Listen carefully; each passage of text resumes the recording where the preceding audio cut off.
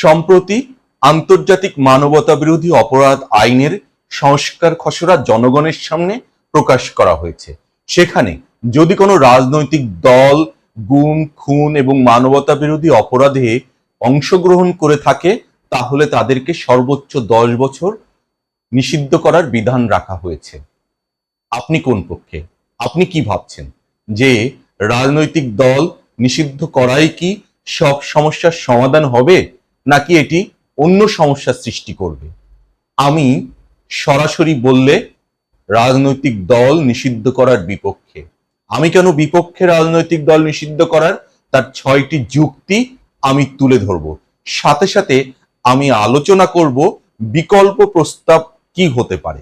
কিন্তু আমি রাজনৈতিক দল নিষিদ্ধ করার বিপক্ষে হলেও যারা রাজনৈতিক দলের কর্মীদের, যে সকল কর্মী নেতা সরাসরি এ ধরনের গুম, খুন এবং মানবতা বিরোধী অপরাধের বিভিন্ন পর্যায়ে নেতৃত্ব দেওয়া, নির্দেশ দেওয়া, সরাসরি অংশগ্রহণ করা যুক্ত ছিল, তাদের বিচারের পক্ষে এবং তাদের বিচারের ক্ষেত্রে দৃষ্টান্তমূলক শাস্তির পক্ষে, তাদের অপরাধের ধরন অনুযায়ী। আমি কেন বিপক্ষে, আসুন সে বিষয়ে এবার আলোচনা করি। আমার প্রথম যুক্তি, সম্প্রতি যে ঘটনাটি ঘটেছে সেখানে সরাসরি পুলিশ, রাষ্ট্রীয় বিভিন্ন সেবা প্রদানকারী সংগঠন এবং আমলারা, তাদেরও অংশগ্রহণ ছিল। তাহলে একই যুক্তিতে আপনি কি পুলিশ নামক সংগঠনটিকে নিষিদ্ধ করবেন, নাকি যে সকল পুলিশ এ ধরনের কর্মকাণ্ডে যুক্ত ছিল তাদেরকে বিচারের আওতায় আনবেন? যদি আপনি পুলিশ, র্যাব, এদেরকে বিজিবি এদেরকে নিষিদ্ধ না করেন, তাহলে কেন আপনি রাজনৈতিক দলকে নিষিদ্ধ করবেন? রাজনৈতিক দল তো গুটি কয়েক নেতার প্রতিফলন নয়, সেখানে বিপুল কর্মী বাহিনী থাকে, বিপুল সদস্য থাকে এবং থাকে অনেক বড় একটি সমর্থক গোষ্ঠী। রাজনৈতিক দল নিষিদ্ধ করার আগে আমাদের ভাবতে হবে যে এটি কি আমাদের গণতন্ত্রকে সুরক্ষা দেবে না ভেঙে দেবে। গণতন্ত্রের ভিত্তি হলো রাজনৈতিক বহুত্ববাদ এবং বহু মানুষের বহু মতের প্রতিফলন। যদি আপনি কোনো একটি রাজনৈতিক দলকে নিষিদ্ধ করেন, তাহলে সেই দলের যে বিপুল সংখ্যক মানুষ সমর্থন করত, আমরা কি তাদের মতামতকে উপেক্ষা করব রাষ্ট্রে? এভাবে কি একটি রাষ্ট্র চলতে পারে? এটি হচ্ছে আমার দ্বিতীয় যুক্তি। আমার তৃতীয় যুক্তি, আসলে সাম্প্রতিক ঘটনার দিকে চোখ রেখে রাজনৈতিক দলগুলোকে নিষিদ্ধ করার কথা বলা হলেও দীর্ঘমেয়াদে এটি আমাদের সমাজে কি ধরনের প্রতিফলন ফেলবে। আমরা যদি দেখি 1970-71 আওয়ামী লীগকে নিষিদ্ধ করা হয়েছিল, কিন্তু পরবর্তীতে সেই আওয়ামী লীগই আসলে ক্ষমতায় আসলো, দেশ স্বাধীন হলো। এই যে 5ই আগস্টের আগে 1 আগস্ট আওয়ামী লীগ জামাতকে নিষিদ্ধ করেছিল, তার আগে তাদের নিবন্ধন কেড়ে নিয়েছিল। কিন্তু এর ভেতর দিয়ে কি আমরা বিপুল সংখ্যক একটি জনমতকে উপেক্ষা করিনি?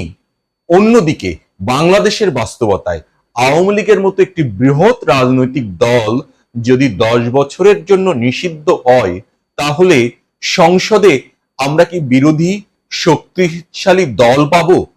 আর যদি সেটি না পাই, তাহলে আমরা বিগত 16 বছরের ইতিহাসের দিকে ফিরে তাকালে আমরা কি আবারও একটি স্বৈরতান্ত্রিক সরকার ব্যবস্থা দিকে চলে যাব, যেখানে যে রাজনৈতিক দলটি ক্ষমতায় আসবে তারা যা খুশি তাই করে ফেলতে পারে? আমরা যদি ইতিহাসের দিকে আরেকটু ফিরে তাকাই, এই ধরনের রাজনৈতিক দলগুলোকে নিষিদ্ধ করার একটি প্রচেষ্টা ছিল, বা বন্ধ করা, তাদের কার্যক্রম বন্ধ করার, রাজনৈতিক মতবাদকে সম্পূর্ণভাবে দমন করার একটি প্রচেষ্টা ছিল 1975 সালে বাকশাল গঠনের মধ্য দিয়ে। সেটি কি আদৌ সুদূর প্রসারী ভালো ফলাফল দিয়েছে? আমরা যদি ইতিহাসের এই ঘটনাগুলোকে বিবেচনা করি এবং বাংলাদেশের মতো রাজনৈতিক বাস্তবতায়, যেখানে আসলে মোটা দাগে দুটি বড় দল শাসন ক্ষমতা পরিচালনা করে, হয় বিএনপি নাই আওয়ামী লীগ, দুটি দলেরই 30%-এর বেশি করে জনসমর্থন আছে যে কোনো পরিস্থিতিতেই, তাহলে রাজনৈতিক দল নিষিদ্ধ করা কি আবার একটি স্বৈরতান্ত্রিক পথকে উন্মুক্ত করে দেবে কিনা? এই প্রশ্ন তো থাকবেই। আমার পরের যুক্তি, রাজনৈতিক দল নিষিদ্ধ করলেন, ব্যক্তিকে কি করবেন? আমরা ইতিমধ্যেই দেখেছি এই রাজনৈতিক পট পরিবর্তনের ভেতর দিয়ে পূর্বের রাজনৈতিক দল, ক্ষমতাসীন রাজনৈতিক দলের নেতা কর্মীরা অন্যদিকের রাজনৈতিক দলে যোগ দিচ্ছেন, যোগ দিয়েছে।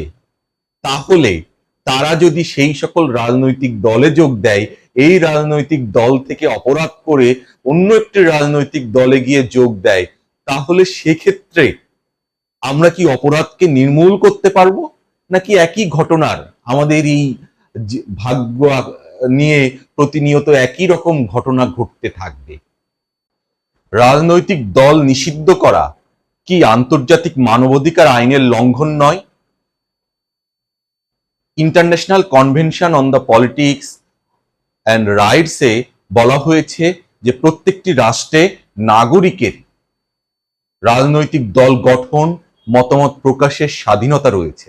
এখন আওয়ামী লীগের মতো একটি বৃহৎ রাজনৈতিক দলকে নিষিদ্ধ ঘোষণা করলে 10 বছরের জন্য সেটি আন্তর্জাতিক অঙ্গনে একটি বিরাট প্রশ্নবোধক চিহ্ন তৈরি করবে কিনা, সেটি আমাদের অস্থিরতা তৈরি করবে কিনা।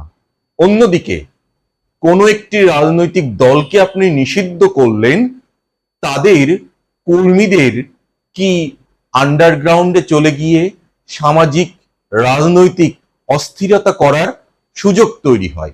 যখন কোনো মানুষ, কোনো রাজনৈতিক গোষ্ঠী তার রাজনৈতিক মতামত প্রকাশ করতে না পারে, তখন সে আন্ডারগ্রাউন্ডে চলে যায় এবং নানা ধরনের সামাজিক অস্থিরতা তৈরি করে।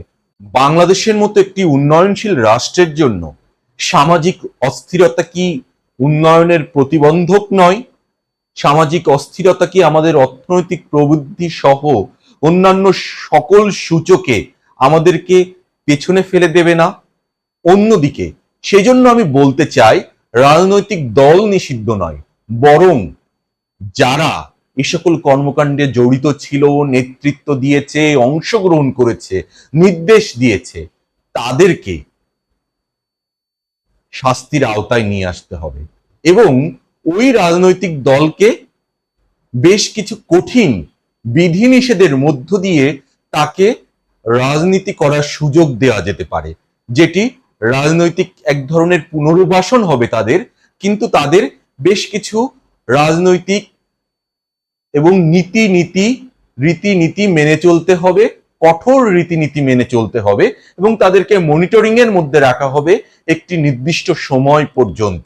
সেজন্য রাজনৈতিক দল নিষিদ্ধ করার থেকে তাদেরকে কঠোর সত্য আরোপ করে গণতান্ত্রিক প্রক্রিয়ায় পুনর্বাসনের সুযোগ দেওয়া উচিত, যারা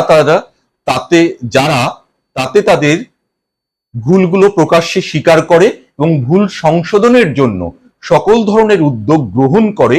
সত্যের মধ্যে এই সকল বিষয়গুলো থাকবে, আরো অন্যান্য বিষয় থাকে, সেটি একটি বড় আলোচনা দাবি রাখে।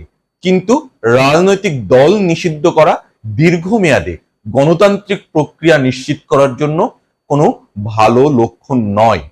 আর যখন আমরা একটি আইনের সংশোধনের কথা বলছি, আইন কি কোনো একক ঘটনাকে মাথায় রেখে তৈরি হয়, নাকি গণতান্ত্রিক প্রক্রিয়া নিশ্চিত করার জন্য, সামাজিক মূল্যবোধ, ন্যায় বিচার, মানবাধিকার নিশ্চিত করার জন্য দীর্ঘমেয়াদী চিন্তা ভাবনা থেকে আইন তৈরি হয়? কোনো একক ঘটনাকে বিচার করার জন্য যদি আইন তৈরি করা হয়, তাহলে সেটি দীর্ঘমেয়াদে সামাজিক অস্থিরতা, স্বৈরশাসন, ন্যায় বিচারকে প্রভাবিত করতে পারে। সেজন্য আমি মনে করি যে কোনো রাজনৈতিক দলকে নিষিদ্ধ নয়, বরং সেই সকল ব্যক্তিকে নিষিদ্ধ এবং শাস্তির আওতায় নিয়ে আসা উচিত।